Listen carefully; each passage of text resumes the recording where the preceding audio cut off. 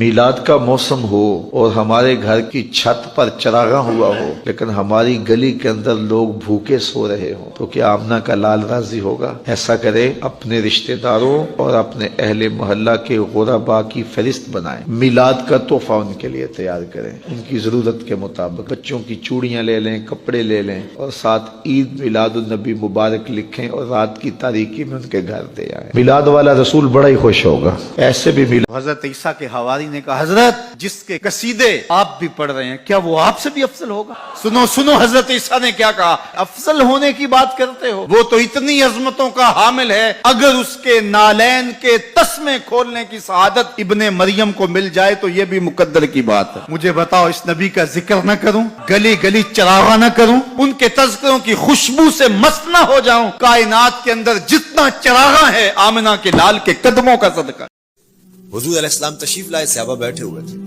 صحیح مسلم میں روایت ہے، سنن نسائی میں اور بھی کتب حدیث میں، محفل بابا تھی تو حضور نے کہا ما اجلسکم، کیوں بیٹھے ہوئے ہو؟ تو جو انہوں نے جواب دیا وہ سنو، جلسنا نذکر اللہ ونحمدہ علی ما ہدانا لدینہ ومن علینا بک۔ حضور ہمارے بیٹھنے کا مقصود یہ ہے کہ ہم اللہ کا شکر ادا کر رہے ہیں اس بات پر کہ اس نے ہمیں ہدایت دین عطا کی، وَمَنَّ عَلَيْنَا بِكَ، اور آپ کی صورت میں ہمارے اوپر احسان کیا، ہمیں آپ عطا ہوئے، اس پر اللہ کا شکر ادا کرنے کی مجلس سجائے بیٹھے۔ اب بات تو سادہ سی تھی لیکن میرے حضور نے ان سے کہا کیا تم اس بات پہ قسم دے سکتے ہو کہ اسی لیے بیٹھے ہو؟ تو انہوں نے کہا جی ہم قسم دیتے ہیں ہم اسی لیے بیٹھے، میں اٹھاؤ قسم۔ تو صحابہ نے باقاعدہ قسم دی تو حضور نے فرمایا یہ جو میں نے تم سے قسم لی ہے یہ کسی تہمت کی بنیاد پہ نہیں لی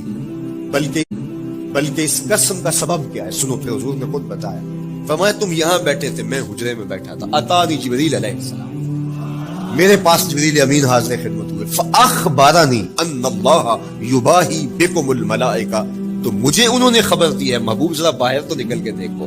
صحابہ تمہارے اس عمل پر اللہ فرشتوں میں ناز کر رہا ہے،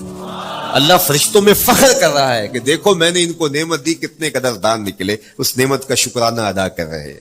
مورخ اسلام حفیظ جالندری نقشہ کہتے ہیں جنوبی سمت سے اٹھا ایک نوری غبار آخر، جنوبی سمت سے اٹھا ایک نوری غبار آخر، سواد شہر میں داخل ہوا ناکا سوار آخر، زباں پر اشرق البدر علینا کی صدائیں تھیں، دلوں میں ما دعا للہ دائی کی دعائیں تھیں، نبوت کی سواری جس طرف سے ہو کے جاتی تھی، درود و نعت کے نغمات کی آواز آتی تھی، کہیں معصوم ننھی بچیاں تھیں دف بجاتی تھی، رسول پاک کی جانب اشارے کر کے گاتی تھی اور کہتی کیا تھی، ہم ہیں بچیاں نجار کے عالی گھرانے کی، خوشی ہے آمنہ کے لال کے تشریف لانے۔